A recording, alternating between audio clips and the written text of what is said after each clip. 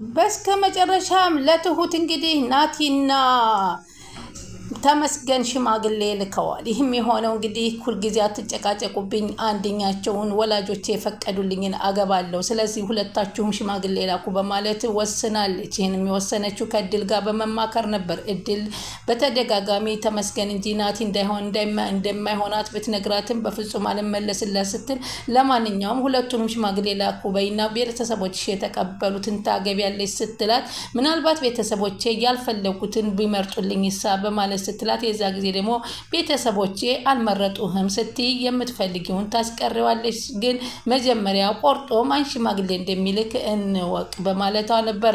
እንግዲህ ተመስገንም ጥሩ ይሄ ደስ ይለኛል በማለት ሲናገር ናቲ ግን የቤተሰቦች መስፈርት ምንድን ነው ነበር ብሎ የጠየቃት። ቤተሰቦች የሚያቀርቡትን መስፈርትን የምን አሳወቀኝ እዛው ስትልኩ ታውቃላችሁ ብላ የመጨረሻ ውሳኔዋን እንደመደመች። እነሱም ሁለታቸውም ሽማግሌያቸውን አስልከዋል። ለነማን ይወሰን ይመስላችኋል? እናንተ እስኪ በራሳችሁ አስተሳሰብ እስከ መጨረሻ ስትከታተሉት ማን እንደተፈረደለት ሊገባችሁ ይችላል። ይኸውም እንግዲህ ሰጣ ገባው በጣም እየጠነከረ ናቲም እናቲቱን እንግዲህ የአባባን ሚስት ቅርብ ወዳጅ መስሎ እንግዲህ ቤቱን ሊያሸጣቸው ቁርጥ እንደወሰነ ስትሰማም አስቤዛ ለነገ እኔ ያቀርባለሁኝ ችግር የለውም በማለት የተናገረው ናቲ እጁን እየወለወለ ባዶ እጁን መምጣቱ ቤት የሚላስ የሚቀመስ አለመኖሩ ትሁትን አስጨንቋታል። በዚህ ጊዜ 200 ብር እንግዲህ ከእድል ተበድራ አስቤዛ ልትሞላ ስትል ድንገት ይመጣል። ምንድን ነው የት ልትሄጂ ነው? አስቤዛ ልገዛ ስትለው ቁርስ ምንም የሚላስ የሚቀመስ የለንም ስትለው አላመጣም እንዲያነገልቱ ነበር ያለው ሲል አላመጣም ሲለው በቃ ተመለሺ እኔ አስቤዛውን እሞላለሁ ሲል እንግዲህ አስቤዛውን ይዞ መጥቶ ቁጭ አድርጎላቸዋል ተመስገን። ከዛ ናቲ ምንድን ነው ትናንትና ስለምን ተነጋግረን ነበር ስትል ትሁት ትጠይቀዋለች። ስለምን ተነጋግረን ነበር አስታውሽኛ አለ። ማስታወሻው እኮ እሱ ሸሪን እንጂ ጥሩ መልካምን ነገር አያስታውስም ናቲ። ትናንትና ቤት አስቤዛ መጣላቸዋለሁ ብለህ አልነበረም? ኦ በቃ ለዛሬ እሱ ካመጣ አለ። አይ ለዛሬ እሱ ካመጣ አትበል አለው ተመስገንም። አሁንም የጎደለ ሞልቷል ሙላ ሲለው ግን ከእውነተኛው ላይ ናቲ ስለሌለበት ዝም ብሎ ያውደለድላል። በዚህን ጊዜም እንግዲህ እድልም የቤት ሰራተኛ መሆን አለብኝ ከዚህ በኋላ እማዬ ማገዝ አለብኝ እዚህ ብዬ ተቀፋጥጬ መቀመጥ የለብኝም ብላለች። ትምህርቷን ልትማር ያሰበችው እድል ግን ወደ ከተማ መጥታ ያጋጠማት እድል ግን የባሰች ከአባባ ቤት ችግር ነው። አሁን ደግሞ ከናቲ ሚስጥሩን ወደ ቲና እያራገፈ ይገኛል። ቲና ጎበዚት እያመጣ ለትሁት እየነገረቻት ነው። ቲናን የት ከርመሽ ነው ትልቅ እድል የስራ ፈጠራ አመለጠች ብሎ ሲነግራት የምን እኔማ ሌላ ስራ ጀምሬያለሁ። ምን አይነት ስራ አይነገርም፣ ያንተና እኔ ስራ እኮ ሁሌም የማጭበርበር እንጂ ደህና ስራ የለንም ስትል ትነግረዋለች። አሁንም እዚህ አንድ ኮሚሽን ሊያመልጥሽ ነው። ምንድን ነው? አባዬ ሰው መግጨቱን ሰምተሻል እና ነግረኸኝ ነበር ቀለል አድርገ። አሁን ካሳ ክፈል ተብሎ ገንዘብ ጠፍቷል እና ምን ሊደረግ ነው? ቤታቸው ተሽጧል፣ ሊሸጥ ነው። ስለዚህ ቤት ደግሞ ላንቺና እኔ ማድረግ አንችልም እንዴ ሲላት አይ ጥሩ ነው እስማማለሁ አለችው እና ዘወር ብላ ሄዳ ለትሁት ምንድን ነው አባዬ ገንዘብ አስፈለገው እንዴ ካሳ ሊከፍል ነው ወይ ስትላት ከወደሱ እንዳመጣችው ስለገባት ወሬ ማሯሯጥ እንጂ ሌላ ትርጉም እንደሌለው የተገነዘበችው ትሁት ደግሞ አይኔ እንዲሸጥ አልወስንም እኔ ምክንያቱም እዚህ ጋር የወላጅ አባቴ አይደለም ቤቱ ይሸጥ ብዬ አልወስንም። እኔ ትሁት ልንገርሽ ትላታለች ቲና ይህ ቤት እንዲሸጥ እንዳትወስኝ አለቻት። ምክንያቱም ናቲ ሊያታልልባቸው እንደሆነ ስላወቀች እኔ አልወስንም ያን ራሳቸው ወስነው የሚያደርጉት ከሆነ ያድርጉ ብያለሁ እኔ ራሴን ዘወር አድርጌያለሁ ስትላት ለቲና አዋለች። በዚህ መካከል ላይ እድልም ይህ ቤት እንዲሸጥ አትፈልግም።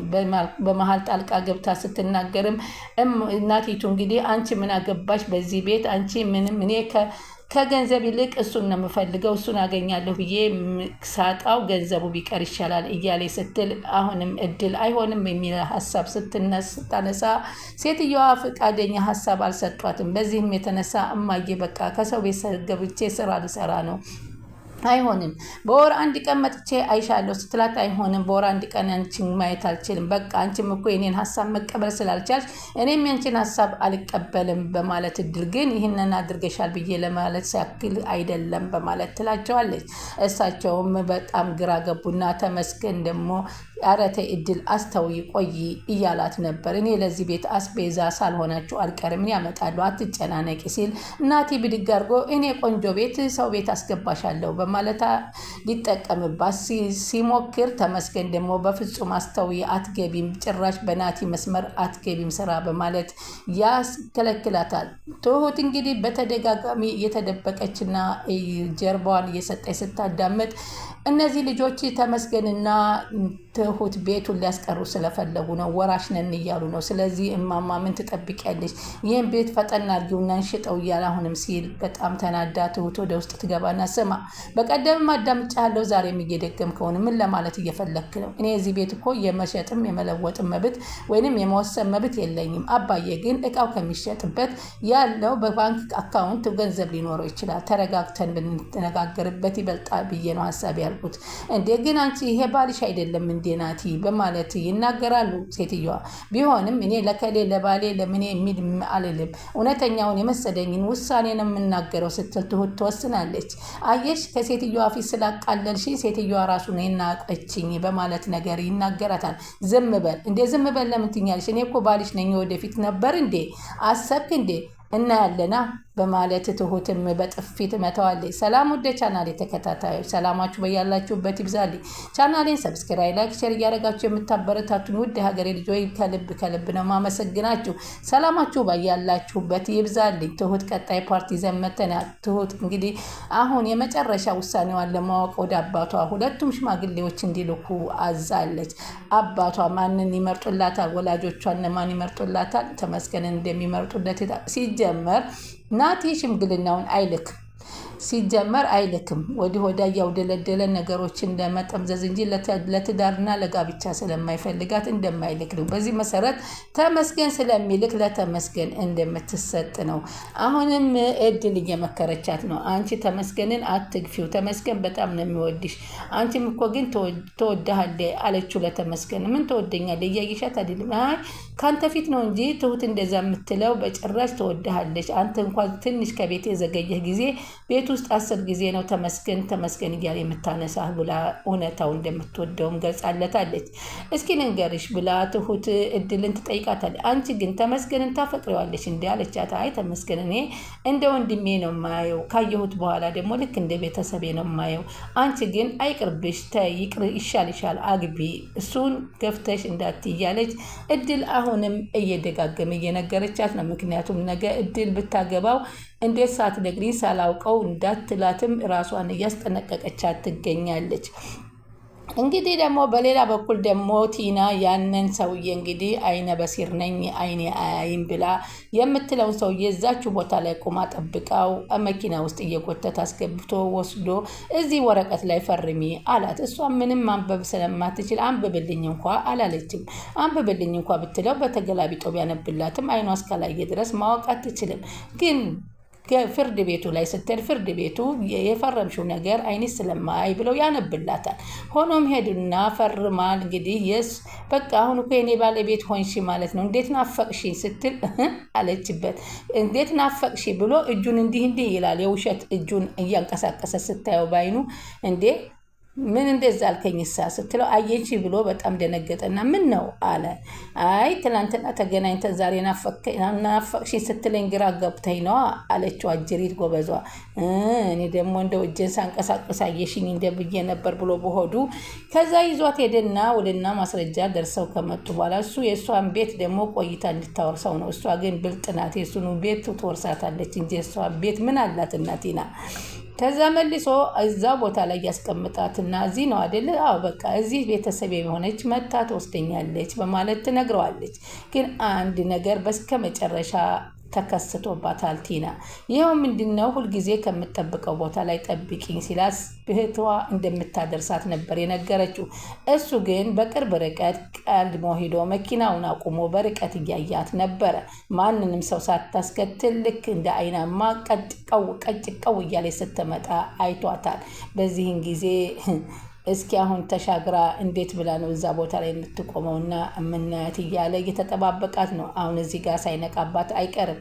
እዚህ ላይ ነው እንግዲህ ያለቀው። ምን ያጋጥማታል ወይንስ ትሸውደዋለች በቴክኒኳ ምን ይሆናል የሚለውን ባናቅም አሁን እንግዲህ በቅርብ ርቀት እየተከታተላት እሷም ወደ እሱ እየቀረበች እያለ ነው የተጠናቀቀው።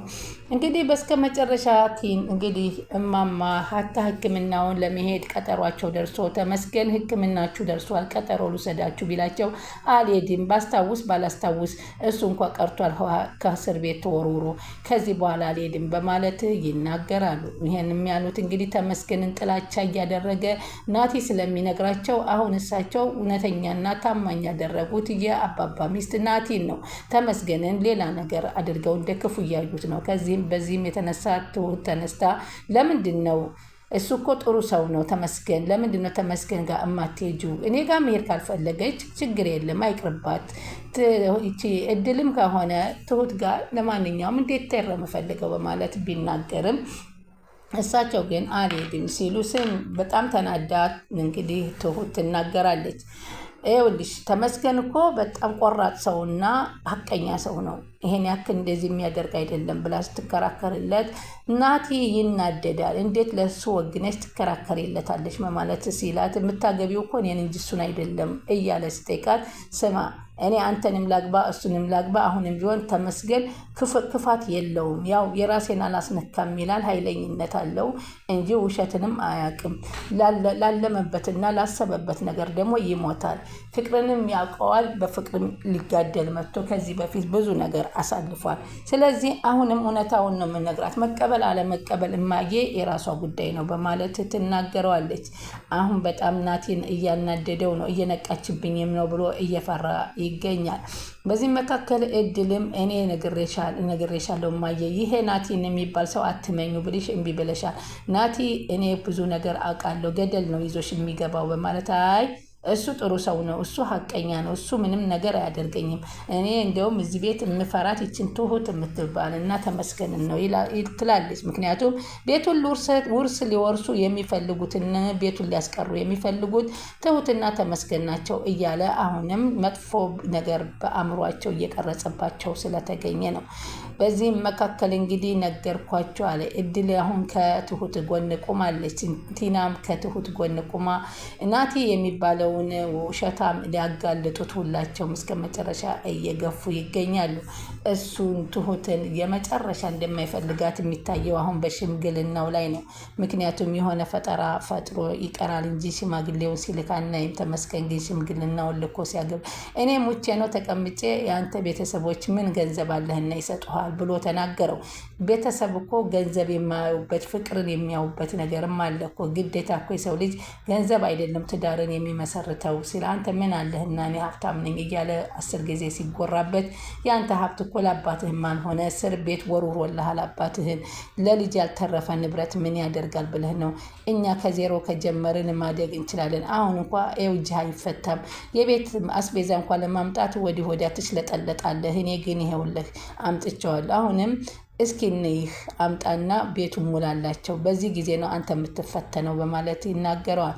እድልንም ከዚህ በኋላ ትምህርትሽን ትቀጥያለሽ እንጂ በሰው ቤት ሰራተኝነት እንድትገቢ ስለማልፈልግ ናቲ የሚልሽን ነገር እንዳትከተሲያት። እኔ በፍጹም ናቲን ከመጀመሪያ እስከ መጨረሻ አውቀዋለሁኝና እሱን አልከተልም። ተመስገን አንተ ተሙዬ አንተን ስላገኘው ግን በጣም ደስ ብሎኛል በማለት እድልም ከተመስገን ጎን ቆማለች። እንግዲህ ሽማግሌዎቹ እውነት ለማን ይፈርዳሉ የሚለውን የምናየው ይሆናል። ስለምትከታተሉን ከልብ እናመሰግናለን። ቻናሉን ላይክ፣ ሰብስክራይብ ያደረጉ ይጠብቁን።